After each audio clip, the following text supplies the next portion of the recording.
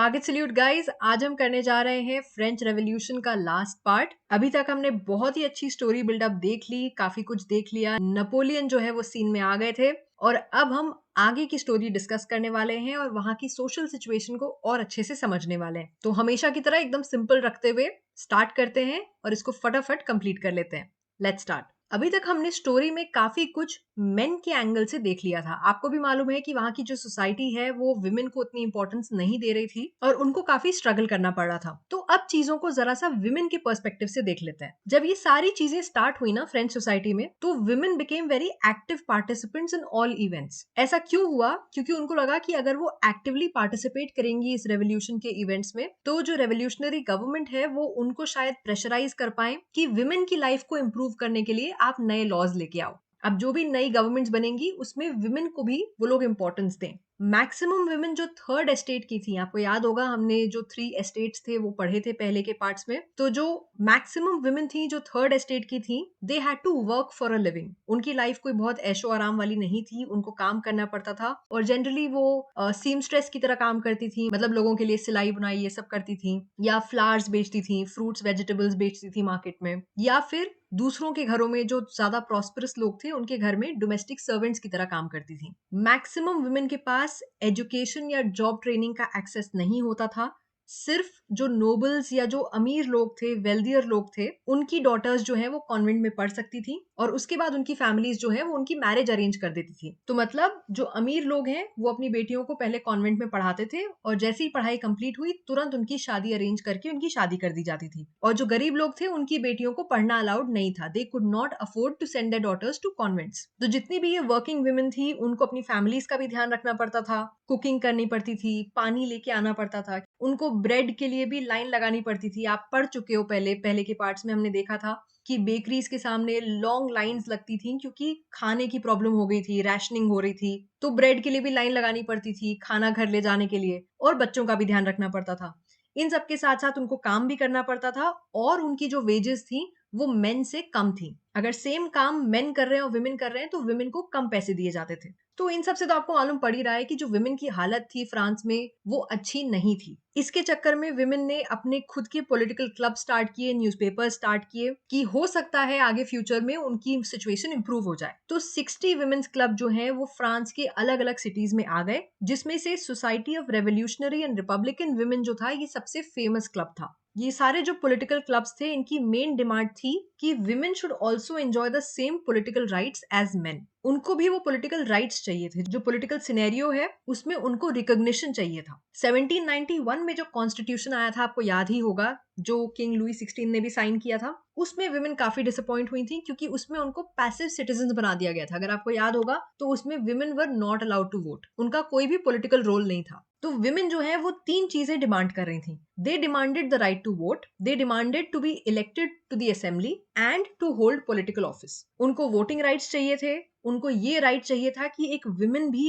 Assembly में elect हो सकती है और वो भी एक पॉलिटिकल ऑफिस होल्ड कर सकती है। अगर ये तीनों चीजें सेटिस्फाई होंगी तभी उनको ऐसा लगता था कि their interests will be represented in the new government. अगर ये सब उनको अलाउ नहीं किया जाएगा तो उनका क्या रिप्रेजेंटेशन हुआ गवर्नमेंट में? विमेन का तो कोई रिप्रेजेंटेशन हुआ ही नहीं फिर, है ना? तो स्टार्टिंग के ईयर्स में जो रेवोल्यूशनरी गवर्नमेंट थी, जो नई गवर्नमेंट आई, उन लोगों ने ऐसे बहुत सारे लॉज इंट्रोड्यूस किए जो विमेन की लाइफ को इंप्रूव कर सके। जैसे कि स्टेट स्कूल्स बनाए गए और स्कूलिंग कंपलसरी कर दी गई गर्ल्स के लिए। तो अगर जैसे जो फादर्स थे पहले जो उनको फोर्स कर देते थे कि शादी करो अगेंस्ट देयर विल, तो अब वो ऐसा नहीं कर सकते थे क्योंकि अब स्कूलिंग कंपलसरी हो गई थी। और marriage was made into a contract जिसमें both men and women will enter freely, अपनी मर्जी से एंटर करेंगे, and marriage will be registered under civil law. तो मैरिज को पहले लॉ में रजिस्टर नहीं किया जाता था, लेकिन उसको भी लीगल बना दिया गया, रजिस्टर कर दिया गया under civil law, and it was made compulsory कि जो मेन और वुमेन है वो फ्रीली एंटर करेंगे मैरिज के कॉन्ट्रैक्ट में। डिवोर्स को भी लीगल कर दिया गया और मेन और विमेन दोनों डिवोर्स के लिए अप्लाई कर सकते थे। विमेन जो है वो अब जॉब्स के लिए ट्रेनिंग भी ले सकती थी, आर्टिस्ट बन सकती थी या अपने छोटे बिजनेसेस भी रन कर सकती थी। तो ये सारे लॉज में चेंजेस किए गए। तो आप ये बात समझो कि इसके पहले ये सब कुछ भी करना अलाउड नहीं था वुमेन को। सिचुएशन बहुत ही खराब थी उनकी, और जो नई गवर्नमेंट आई उन्होंने ये सब नए लॉज क्रिएट किए, जो चीजें आज हम फॉर ग्रांटेड लेते हैं। आप सोचो कि पहले के टाइम में इवन फ्रांस जैसी कंट्री जिसको आज हम इतना डेवलप्ड समझते हैं, वहां की वुमेन को भी इतना स्ट्रगल करना पड़ रहा था। तो अगर हम ये सोचते हैं कि कोई भी कंट्री परफेक्ट है, तो कोई भी कंट्री परफेक्ट नहीं है, और कॉन्स्टेंटली चीजें हो रही हैं वहां पे इम्प्रूवमेंट के लिए। तो अब आप कहोगे यार ये सारे नए लॉज बन गए तो अब तो अच्छा हो गया, वुमेन की लाइफ इंप्रूव हो गई, लेकिन अभी भी उनको जो पॉलिटिकल राइट्स चाहिए थे वो तो उनको मिले ही नहीं ना। Their struggle for equal political rights still continued. In fact, जो रेन ऑफ टेरर आया था, आपको याद होगा जैकोबिन गवर्नमेंट आई थी, तो उस समय ऐसे लॉज इशू किए गए थे कि सारे विमेन्स क्लब जो हैं उन सबको बंद कर दिया जाए और सारी पॉलिटिकल एक्टिविटीज बैन कर दी जाए। जितनी भी प्रोमिनेंट विमेन एक्टिविस्ट थी उन सबको अरेस्ट कर लिया गया, उनमें से काफियों को एग्जीक्यूट कर दिया गया।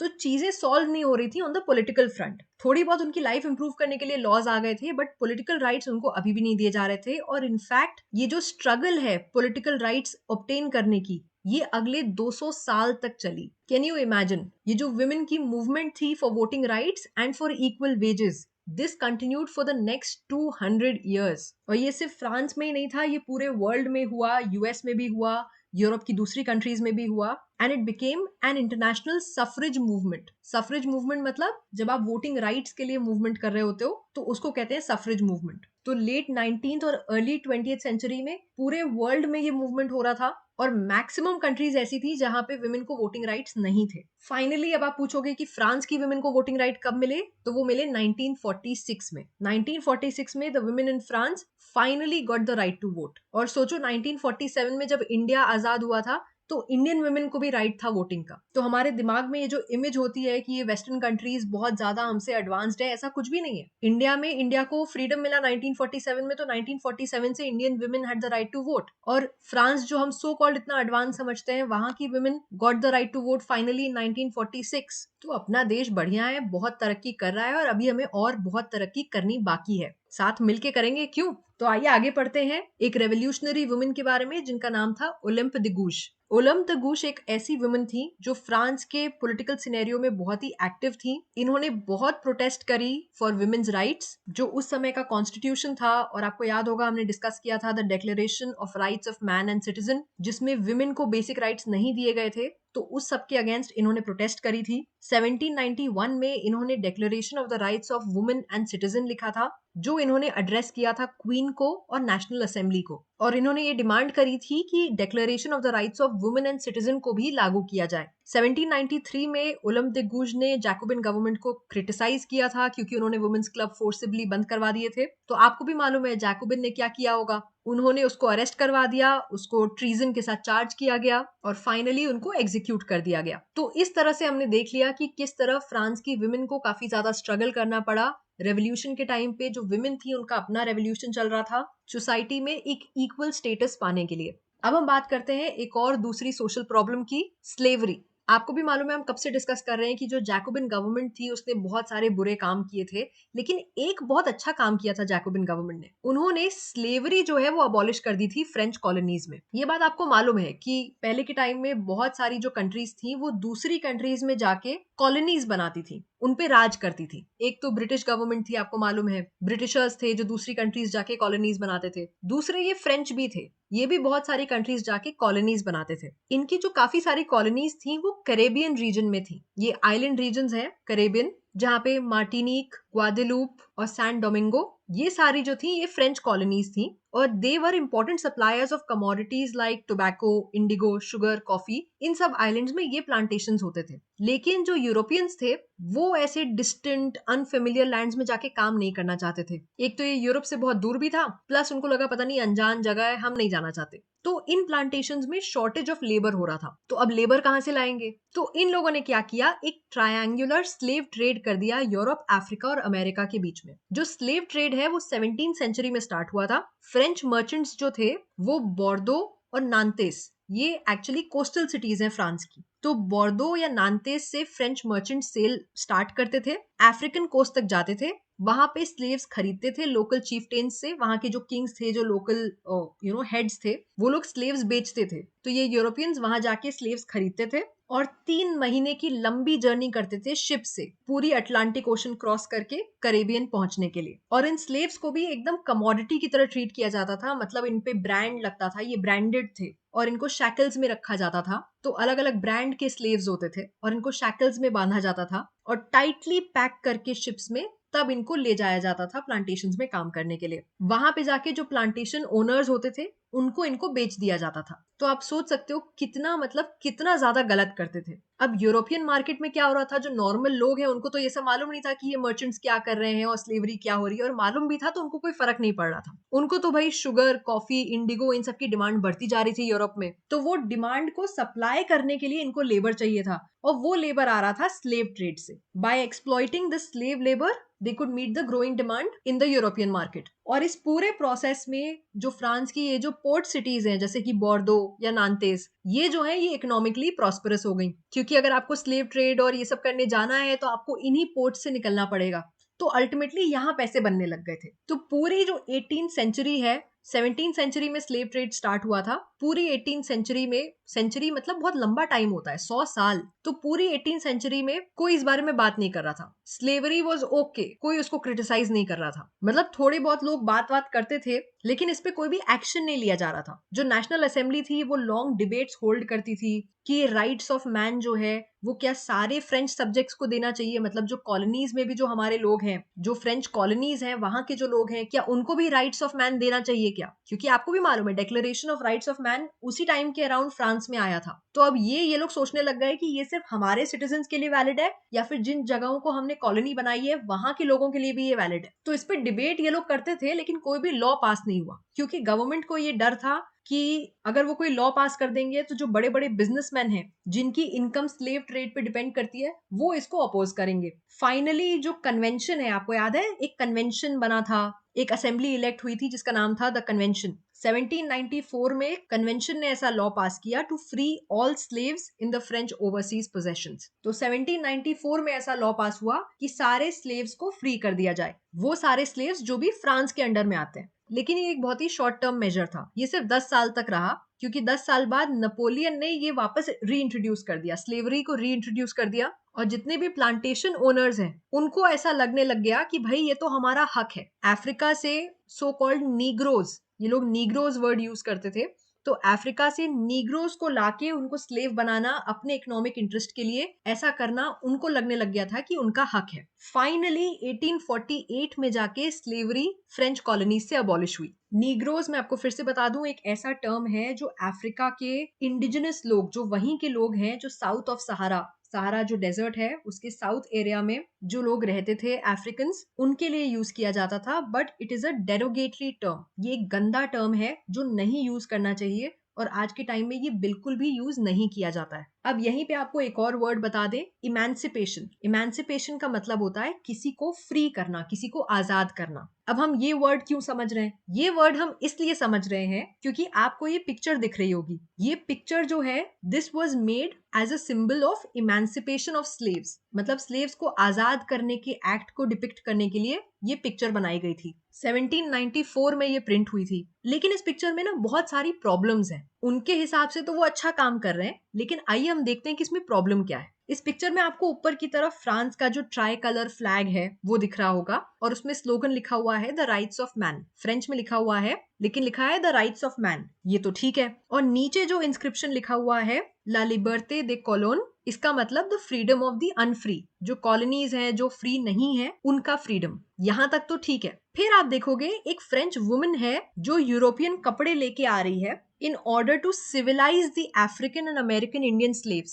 by giving them European clothes to wear। तो इसका मतलब अगर आप उनके नजरिए से देखो तो जो भी इंडिजिनस लोग हैं या दुनिया की बाकी जगह के लोग हैं वो सिविलाइज नहीं है, उनको खुद की कोई अकल नहीं है, उनको जीने का सलीका नहीं आता, और जब वो यूरोपियन कपड़े पहनेंगे और उनके तरह से रहेंगे तभी वो सिविलाइज्ड बनेंगे। तो मतलब किसी भी कंट्री की खुद की जो आइडेंटिटी है, जो वो इंडिजिनस लोग थे उनकी जो खुद की आइडेंटिटी, कल्चर्स, प्रैक्टिसेस और ट्रेडिशंस थे, वो सब पिछड़े हुए हैं। ऐसा यूरोपियंस को लगता था, यूरोपियंस को, वेस्टर्नर्स को, कि अगर वो ब्राउन स्किन के हैं तो इसका मतलब उनकी जो आइडियोलॉजीज हैं, जो ट्रेडिशंस हैं, वो पिछड़े हुए हैं, और जब वो हमारी तरह बनेंगे तभी वो प्रोग्रेस करेंगे। और ये कितनी गलत सोच है। इसीलिए इट इज वेरी इंपॉर्टेंट कि हमारा जो इंडियन कल्चर है, जो हेरिटेज है, जो हमारे ट्रेडिशंस हैं, जो हमारी वैल्यूज हैं, इन सबको लेके प्राउड होना, उसकी नॉलेज रखना, उसकी वैल्यू करना बहुत जरूरी है, क्योंकि वो हमारी आइडेंटिटी का हिस्सा है। कोई वेस्टर्नर आके हमको नहीं बता सकता कि ये सही है या ये गलत है, ये पिछड़ा हुआ है या नहीं है। ये हमारा कल्चर है and we are proud of it, जैसे they are proud of their culture. तो एज इंडियंस हमको ये रियलाइज करना बहुत जरूरी है कि हम पूरे वर्ल्ड के कल्चर की रिस्पेक्ट करते हैं, लेकिन हमारा इंडियन कल्चर हमारे दिल के बहुत करीब है, हम उसकी इज्जत करते हैं, हम उसे अपने दिल में लेके चलते हैं। तो अब ये दो मेजर सोशल इश्यूज हमने डिस्कस कर लिए। अब देखते हैं वहां की एवरीडे लाइफ कैसे इंपैक्ट हुई इस रेवोल्यूशन से। हमने ये ऑलरेडी डिस्कस किया हुआ है कि इस रेवोल्यूशन के टाइम पे बहुत कुछ चेंज हुआ था। जो बुक्स लोग पढ़ रहे थे, जो कपड़े वो पहन रहे थे, काफी कुछ चेंज हुआ था। जो 1789 के बाद जो भी साल आए उसमें फ्रांस में बहुत सारे चेंजेस हुए, और जो लिबर्टी और इक्वालिटी के जो आइडियाज हैं वो एवरीडे प्रैक्टिस में आने लग गए। 1789 में जो एक आपको याद होगा, बैस्टियर को इन्होंने स्टॉर्म किया था, द स्टॉर्मिंग ऑफ बैस्टियर हमने डिस्कस किया था, बहुत इंपॉर्टेंट इवेंट था। तो उसके बाद एक नया लॉ पास हुआ था जिसमें सेंसरशिप जो है वो अबॉलिश कर दी गई थी। उसके पहले किंग के सेंसर्स होते थे जो रिटन मटेरियल को चेक करते थे, उसके बाद वो अबॉलिश कर दिया गया। Declaration of the rights of man and citizen ने प्रोक्लेम किया freedom of speech and expression, और यहीं से ये कॉन्सेप्ट आया फ्रीडम ऑफ स्पीच का।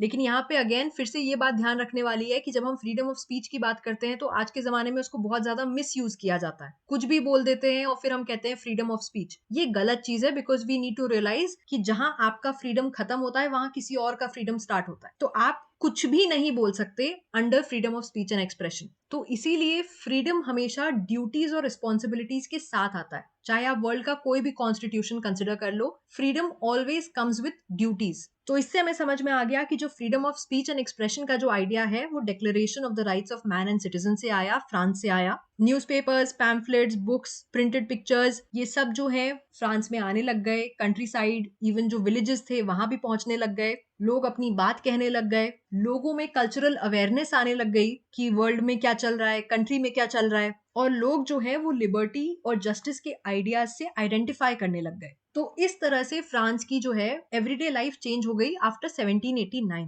लेकिन अब आप कहोगे कि आपने नेपोलियन को मेंशन किया था लेकिन उसके बाद नेपोलियन के बारे में कोई बात ही नहीं हुई। तो चलिए थोड़ा सा नेपोलियन के बारे में बात कर लेते हैं। 1804 में नेपोलियन बोनापार्ट ने अपने आप को एम्परर ऑफ फ्रांस क्राउन कर लिया खुद ही, और आसपास की जो यूरोपियन कंट्रीज हैं उनको कॉन्कर करने निकल पड़ा। वो जिन जिन कंट्रीज को कॉन्कर करता जा रहा था वहां पे अपने फैमिली मेंबर्स को बिठाता जा रहा था कि अब उसके फैमिली मेंबर्स वहां पे रूल करेंगे। नेपोलियन अपने आप को यूरोप का मॉडर्नाइजर देखता था, और कुछ सेंस में उसने बहुत सारे ऐसे लॉज इंट्रोड्यूस किए भी जो यूरोप के आज के मॉडर्न लॉज हैं। जैसे कि उसने प्रोटेक्शन ऑफ प्राइवेट प्रॉपर्टी का लॉ इंट्रोड्यूस किया। उसके पहले तक ऐसे लॉज एग्जिस्ट नहीं करते थे जहां पे आपकी प्राइवेट प्रॉपर्टी प्रोटेक्ट हो सके। और उसने एक और चीज इंट्रोड्यूस करी, the uniform system of weights and measures provided by the decimal system. आपको भी मालूम है डेसिमल सिस्टम जो है वो इंडिया से स्टार्ट हुआ था बहुत पहले, और उसके बाद जो अरब फिलोसोफर्स थे वो उसको इंडिया से सीख के जाके उन्होंने यूरोप में स्प्रेड किया था। तो नेपोलियन ने क्या किया, उसके पहले अलग अलग वेट्स एंड मेजर्स यूज होते थे पूरी कंट्री में।